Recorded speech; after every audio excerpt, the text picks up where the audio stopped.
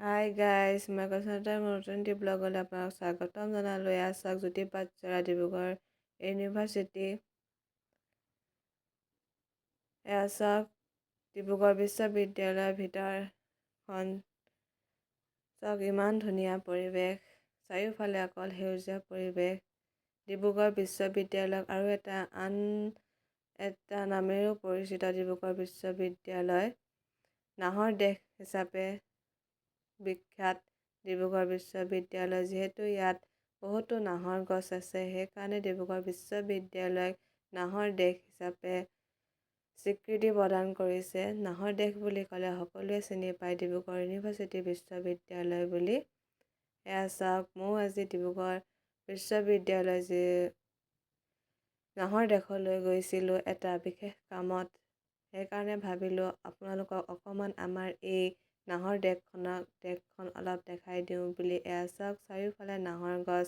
নাহৰ গছৰ লগতো বহুত ধৰণৰ গছ আছে, তাৰ পিছতো ইয়াত বহুত সংখ্যক অকল নাহৰ গছ আছে। সেইকাৰণে এই ডিব্ৰুগড় বিশ্ববিদ্যালয়ক নাহৰ দেশ হিচাপে খ্যাতি প্ৰদান কৰা হৈছে।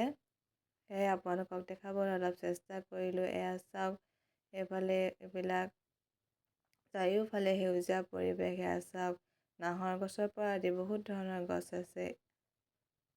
এয়া চাওক, ডিব্ৰুগড় ইউনিভাৰ্চিটি পাৰ্ক।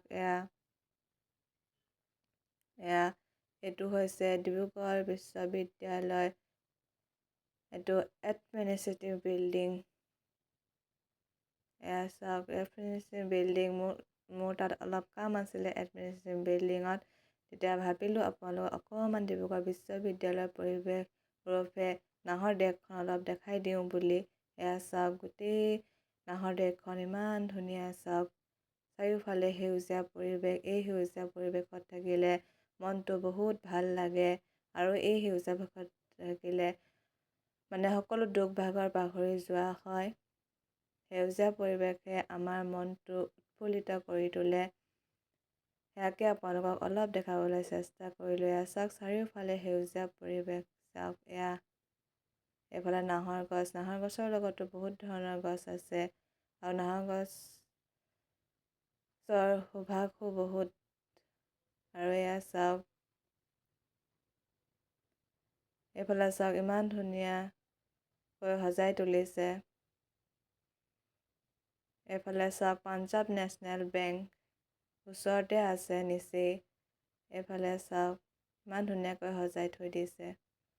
তাৰপিছত চাওক, মই কাম শেষ হ'ল। কাম শেষ হোৱাৰ পাছত মই এতিয়া ঘৰলৈ আহোঁতে আপোনালোকক অলপ দেখাবলৈ চেষ্টা কৰিলোঁ। এয়া চাওক, আৰু এই গলিটো আমাৰ আছে ডিব্ৰুগড় বিশ্ববিদ্যালয় মডেল স্কুল। এয়া চাওক, ডিব্ৰুগড় বিশ্ববিদ্যালয়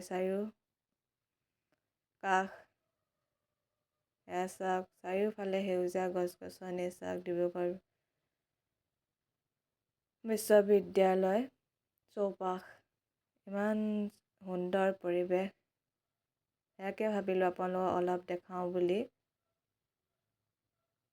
আপোনালোকে কোনে কোনে এনেকুৱা সেউজীয়া পৰিৱেশৰ ভিডিঅ' চাই ভাল পায় মোক কমেণ্ট কৰি জনাবচোন। তেতিয়া মই আৰু নতুন নতুন ভিডিঅ' বনোৱাত উৎসাহী হৈ পৰোঁ। এয়া চাওক, চাৰিওফালে সেউজীয়া পৰিৱেশ। চাওক, ডিব্ৰুগড় বিশ্ববিদ্যালয়। এইফালে চাওক, চাৰিওফালে সেউজীয়া পৰিৱেশ।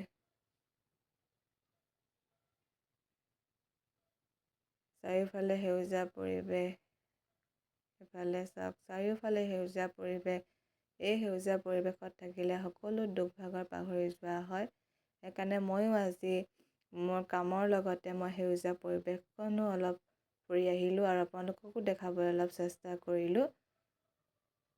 আৰু আপোনালোকে মোৰ ভিডিঅ'টো চাই কেনেকুৱা পালে কমেণ্ট কৰি জনাব। আহি মই এতিয়া ঘৰ পাবলৈ হ'ল, আৰু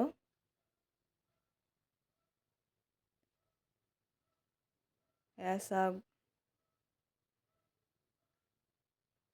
মই ঘৰ পালোঁ। এয়া আলহী হোটেল, নিউ হোটেল। আজিলৈ ভিডিঅ'টো ইমান ধৰণৰ।